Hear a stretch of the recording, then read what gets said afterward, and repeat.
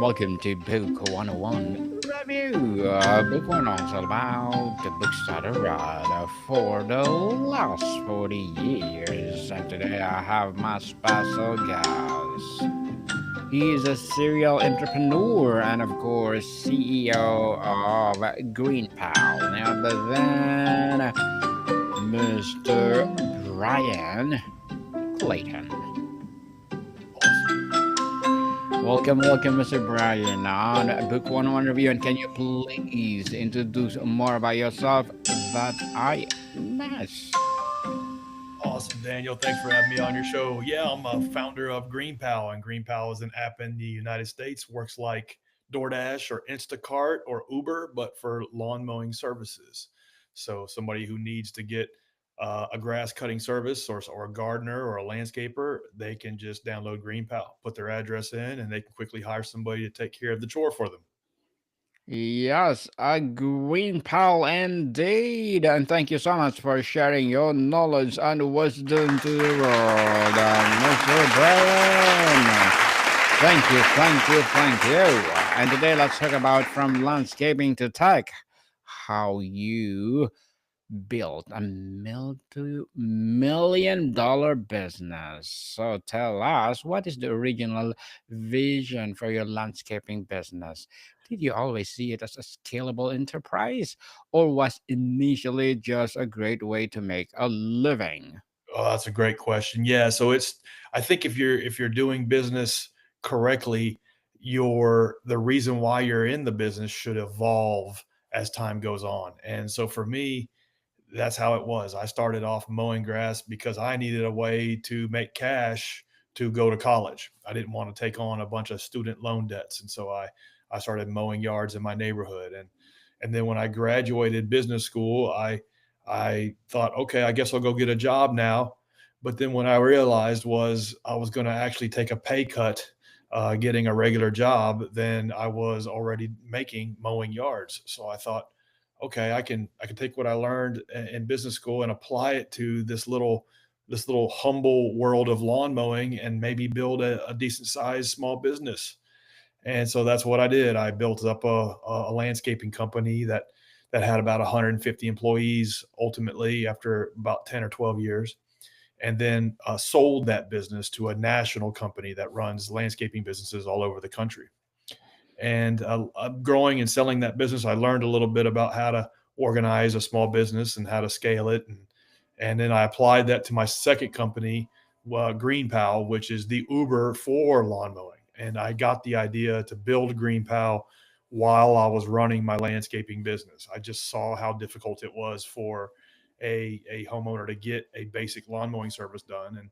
And I thought, well, an app should exist for that. And why can't that be me? and it Yes. was and it was kind of naivete as an asset. I didn't really know how hard it was going to be, but that was a good thing. It was a good thing that I didn't know the challenges that were ahead of me.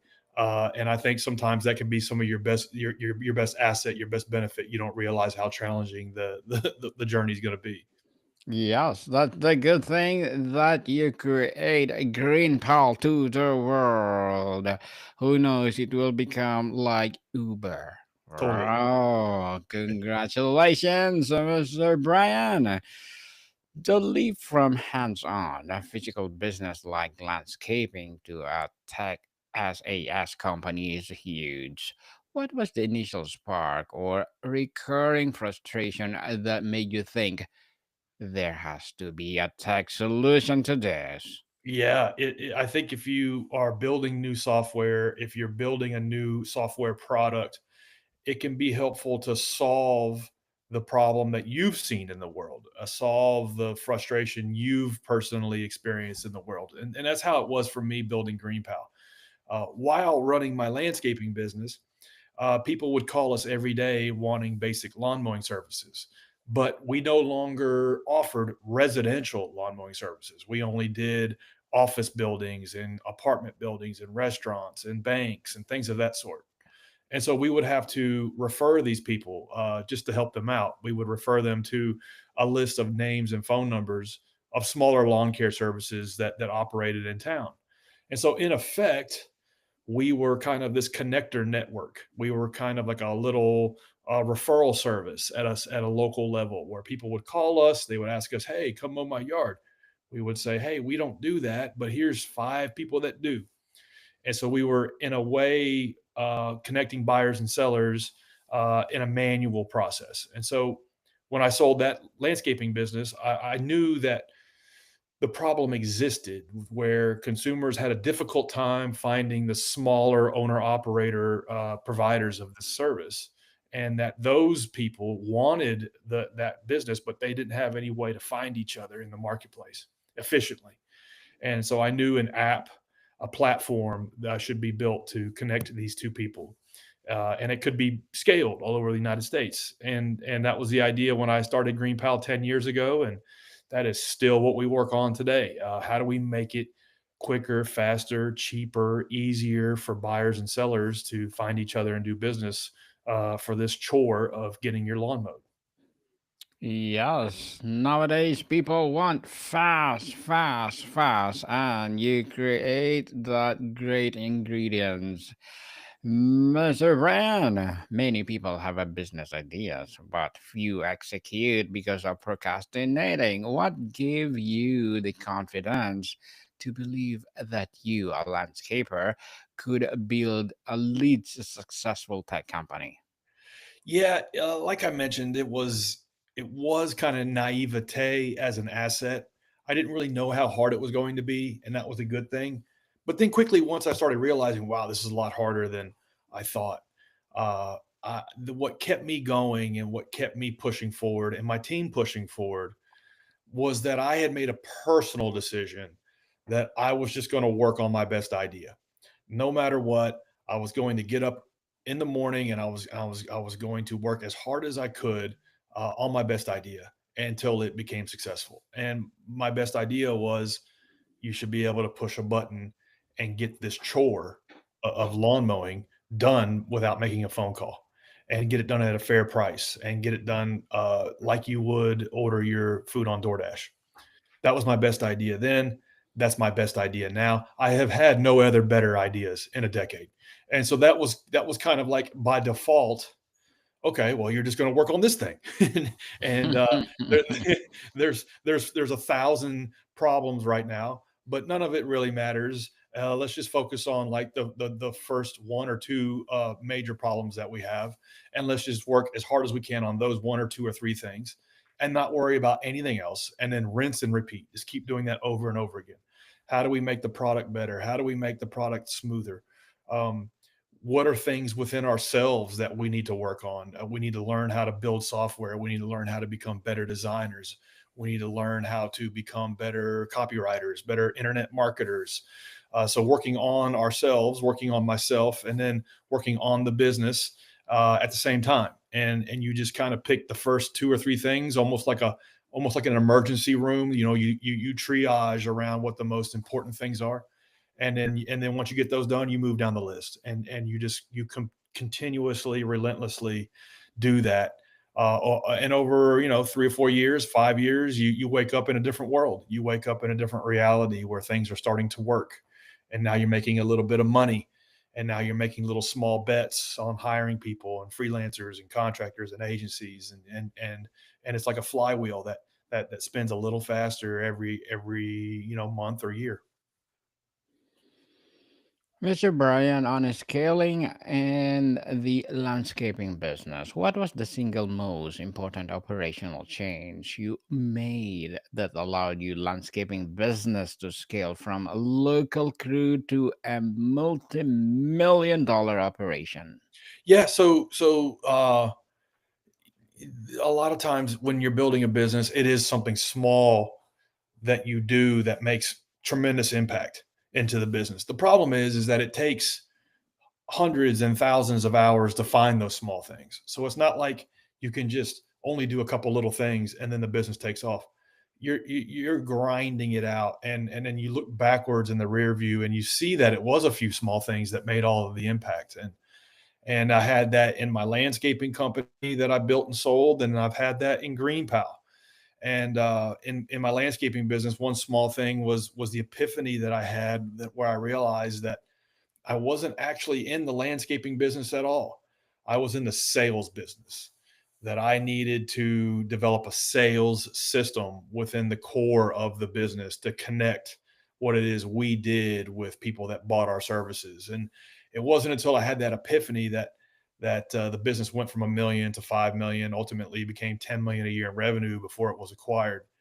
And then in Green Pal, there's been a couple of those little moments looking backwards. One was when I realized that I needed to get back in the seat of customer service. What happens with every business as it scales? The founder kind of goes off and does other things. You know, the CEO or the president goes off and does other things and forgets what issues the customers are dealing with. There's a funny show, Undercover Boss. I don't know if it's still on, but like that's what that whole show was about the CEO of Dunkin' Donuts would actually work behind the counter of Dunkin' Donuts and deal with customers. And that was always that was just a comical thing because there was always this big disconnect between the way they thought and the way that they saw problems and the way the customers saw them. And I started to notice this at Green Palace. So even when the team got to be 40 or 50 people, I still went. I went back and worked as a customer service rep for at least an hour a day, and I still do. I do at least an hour a day of answering the 1-800 number or answering the live chat or answering email tickets, things of that sort. That kind of keeps me close and tight with what the customers are experiencing and what they're looking for. At what point do you realize you were no longer just a landscaper, but a CEO and founder? How do your role and daily responsibilities have to evolve? Yeah, you as a founder, you're doing three things kind of at once at all times. You're working in the business. You're just trying to make the business get from one day to the next. You're paying bills. You're answering. You're talking to customers. You're working in the business, and then you're setting aside some time to work on the business. You're working on the marketing plan, on the employee training plan. You're working on the customer service system and all of these different systems that go inside the business. And so you're setting aside time to work on the business. And then the third thing that you're doing is you're working on yourself. You have to work on yourself. You have to read books. You have to listen to podcasts. You have to go to conferences. You have to do all of these things where you're shoring up things around you that skills that you don't have and things of that sort. So it's and so when you shift from small business owner or operator to founder to president, it's when you're taking time out of those first two buckets and you're working in the last bucket. You're working on yourself more. You're working on the business more. So it's the transition from working in the business to working on the business and working on yourself that kind of separates you as operator to actual business owner. And it's a gradual change, but then you wake up one day and you're no longer in the trenches. You're on it. You're working on yourself. That's where you want to be.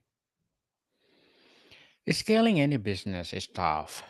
Mr. Brian, what is your biggest near death experience with the landscaping company and what did you learn from it and you carried forward?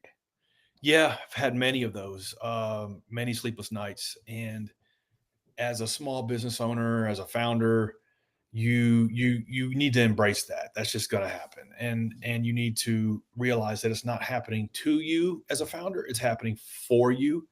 It's happening for you, so you can kind of learn from the mistakes you made. You can learn from what wrong turn you might have made. And so for me, I had that in my first business, my landscaping business, and then I've also had that in Green Pal, my tech business. And in my landscaping business, woke up one day, couldn't make payroll. Had a payroll that was like 200 grand a week, and I knew payroll was due the next day, and I had something like $17,000 in the company bank account. That was a near death experience for the business, obviously. And had to go to my team hat in hand and explain to them how I couldn't write them checks that week, and just to bear with me for a couple weeks until I raised the cash and figured out what got us in that cash crunch in the first place. And then in GreenPal, the GreenPal is a tech business, so it's a lot different. And one thing that's a lot different about a tech business is that you are building a new product from scratch, so it's kind of dead on arrival. Um, it's like if you build it, they will not come. And so the near death experience was like day one, we were dead. We had no customers. We had this product that we had spent a year building.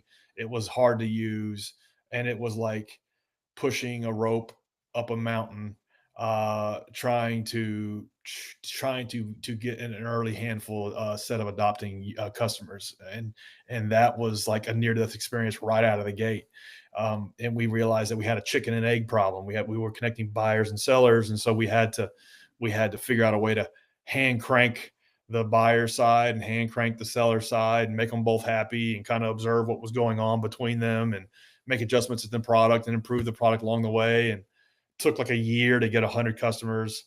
But we knew that didn't matter. We just needed to get it to 1,000. And so we turned all of our attention into turning that 100 customers into 1,000, and then 1,000 into 5,000, and so on. So yeah, it was a near death experience day one building GreenPal. But you figure out, okay, what do I got to work with? Let's just improve on that and keep going. Hmm. Keep going. Try and try until you succeed. Just Totally. like Mr. Brian. And how did you fund the initial development of the tech platform? Did you bootstrap with the profits from the landscaping business or seek outside investment immediately? Yeah, it's a great question. So we actually subscribed right out, at the start, to the idea that we needed to raise a bunch of funding, because that's what everybody else was doing. Everybody was going to tech accelerators and talking to angel investors and raising capital, and we thought, okay, that's just what we should do. And so we tried to do that, and so for 6 months I would go around and I would meet with angel investors and like pitch them on the vision. And of course they didn't understand it, didn't get it, weren't enthusiastic about it. And I remember thinking like, man, I am wasting my time. I am taking these meetings and traveling to try to get a 50,000 or a 75,000, or if I was lucky, $100,000 check up for investment into the business. And I thought, man, I need to spend my time just building a business that makes 50,000 a month, or 50,000 a week, or 50,000 a day. And like, I just need to go build a product. I just need to and build something that makes money, and not waste my time doing this. And so I was very lucky that those early investors said no, and that they weren't enthusiastic, because I think a lot of times that early capital can ruin more businesses than it helps create and grow. And so for us, it was like necessity is the mother of invention. That's what got us through those first 5-10 years, was just being lean, mean, scrappy, focusing on customers, keeping customers happy, and not worrying about anything else. And not having a lot of capital in the bank is what forced us to do that. Yeah, definitely. And Mr. Brian, as a founder, CEO, what are your short term and long term goals? For me, my short term goals are just to enjoy what I'm doing. I When I sold my first company, I was fortunate enough where I didn't have to work anymore, and so I thought, okay, I'm just going to do whatever it is I want to do from here on out. And I tried to retire and like hang it up, but that got to be really like I was discontent not having a project or a mission or something that I needed to like pour my soul into. And so I thought, okay, I'm just going to do I'm going to work on something that I think is interesting, that I like. And so that's my short term goal, is just to work on stuff that I like, that I'm interested in, with people that I like to work with. And then my long term goals is to build a platform that connects millions of people. So right now we have around 300,000 people that use this platform every week to get this chore done, lawn mowing. But I'd like to have a platform that millions, tens of millions of people use. And that's my long term goal, is to build GreenPal to be the platform that connects millions of people across the country and across the world one day.